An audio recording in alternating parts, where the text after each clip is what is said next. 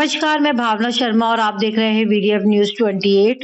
आज हम यहाँ मौजूद हैं इंडिया इंटरनेशनल सेंटर में, जहाँ पर हमारे साथ मौजूद हैं दिल्ली यूनियन की वाइस प्रेसिडेंट। तो मैम बहुत-बहुत नमस्कार, हमारे चैनल में आपका बहुत-बहुत स्वागत है। जी। मेरा नाम लता है और मैं सेवा की वाइस प्रेसिडेंट हूँ और आज जो हम यहाँ पर चर्चा कर रहे हैं, हमारा चर्चा का विषय है ई-श्रम। ई-श्रम कार्ड जैसे कि सभी जानते हैं, पूरे भारत के अंदर ई-श्रम कार्ड बने हुए हैं। उसका एक डाटा आ चुका है, लेकिन उसके बावजूद भी अभी तक इस डाटे पे कोई काम नहीं हुआ है और इस डाटा की भी एक हिस्ट्री है, क्योंकि कोविड के समय हमने देखा था कि बहुत सारे लोग एक स्टेट से दूसरे स्टेट में पलायन कर रहे हैं। तो मैम ये बताइए, जो ई-श्रम में है आपने और इसमें एडिशनल क्या आपने सोचा है? जो ई-श्रम है, क्योंकि ये सुप्रीम कोर्ट ने इसको ऑर्डर किया और सुप्रीम कोर्ट के ऑर्डर से आनान-फनान ई-श्रम आया, लेकिन कम से कम आज हम ये बोल सकते हैं कि सरकार के पास एक डाटा है। लेकिन डाटा होने के बावजूद सरकार इसको किस नज़रिए से देख रही है, इस पे क्या सोच रही है, अभी तक वो कहीं पर भी हमको खुलकर नहीं मिला है। सिर्फ डाटा है जो मिला है। नमस्ते, मेरा नाम लक्ष्मी मनन भाटिया है। मैं भी वैसे Delhi school of social work से मैंने MSW किया हुआ है और 1997 में बहुत संस्थाओं के साथ काम करके उसके बाद फिर जो है मेरा एक कॉर्पोरेट जर्नी स्टार्ट हुआ।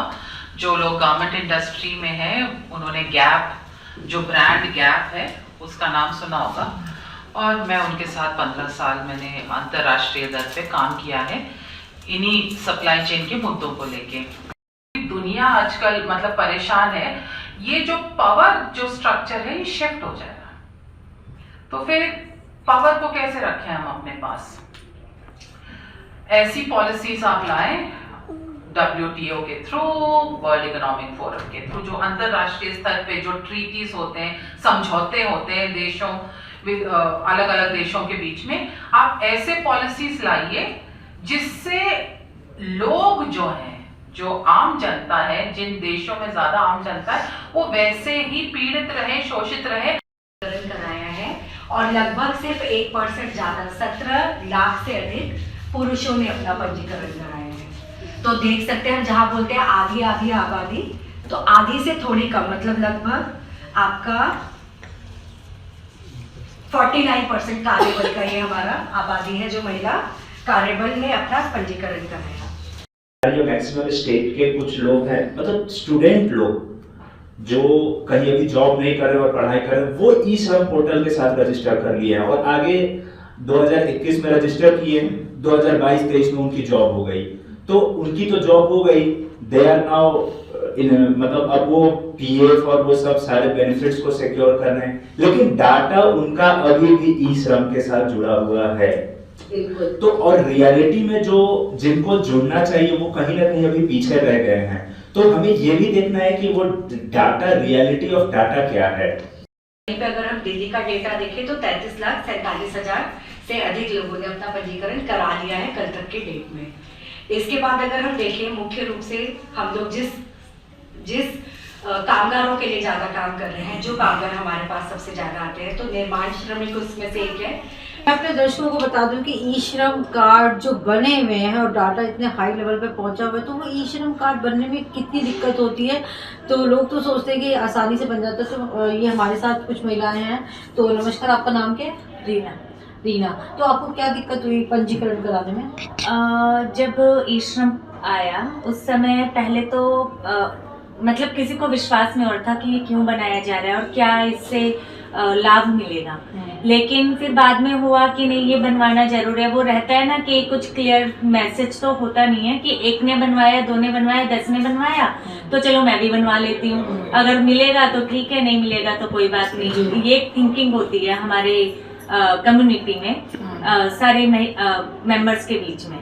तो ऐसे ही मुझे भी पता चला, तो मैंने भी बनवाया उसको। लेकिन जब मैं बनवाने गई उसे, तो मैं एज अ स्ट्रीट वेंडर, मतलब मैं बाजार वगैरह लगाने का काम करती हूँ। अच्छा। तो मुझे उस कैटेगरी में अपना पंजीकरण करवाना था। तो वो कैटेगरी तो है उसमें, लेकिन जैसे रहता है ना कि कोई भी काम हो उसमें बहुत तरीके के और काम होते हैं। तो जो हमारा काम है उसमें फेरी करना और फिर मार्केट लगाना, वीकली मार्केट्स लगाना, तो वो कहीं पे भी ई श्रम में दिया नहीं गया था। तो थोड़े समय के लिए तो मुझे दिक्कत हुई कि मैं किस कैटेगरी में अपने आप को रजिस्टर करूं।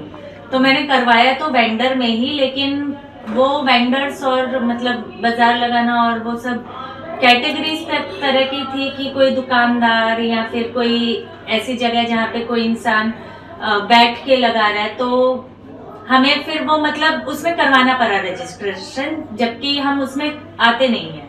लेकिन दिक्कत हुई आपको? लेकिन वो दिक्कत है और अभी भी है, क्योंकि अच्छा। वो क्लियर नहीं है कि जो हमारा काम है वो ना दिख के जो हम नहीं करते हमें उसमें पंजीकृत अच्छा। होना पड़ रहा है। आज का ई श्रम का जी जो सेमिनार था बहुत ही शानदार रहा और इसी सिलसिले में आइए बात करते हैं।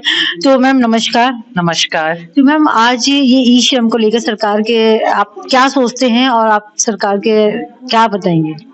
देखिए, ये तो बहुत अच्छी बात है कि पहली बार शायद जो हमारे इनफॉर्मल वर्कर्स हैं जो इतने करोड़ों में हैं, उनके लिए एक प्लेटफॉर्म बनाया गया है जिसमें उनकी आइडेंटिटी, पहचान सब कुछ जो है वहाँ पे दर्ज हो सकता है। अब आगे आने वाले समय में जो बेनिफिट्स हैं और ये जो प्लेटफॉर्म से जो उन वर्कर्स तक जो वाकई में जो सपोर्ट और हेल्प, चाहे वो इंश्योरेंस हो, चाहे वो बाकी जो लाइफ के मुद्दे हों, उसको लेके इसको एक रियलिटी बनाना बहुत जरूरी है। और यहाँ पे हमारे साथ और भी बहनें हैं और भी लोग जुड़े हुए हैं। हम सब सपोर्ट करना चाहते हैं कि इसको हम जल्द से जल्द एक रियलिटी कैसे बनाएं।